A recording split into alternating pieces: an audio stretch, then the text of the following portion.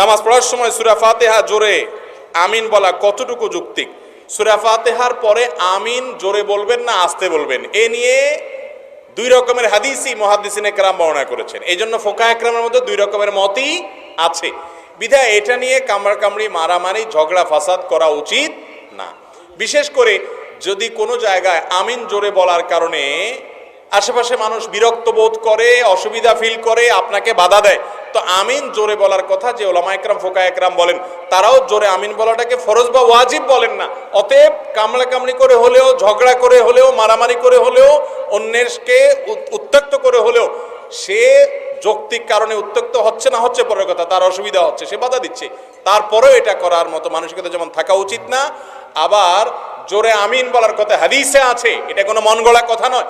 অতএব সেই হাদিস, সে ফোকাহে একরামের মতের উপরে আমল যদি কেউ করে, তাকে মসজিদ থেকে বের করে দেওয়া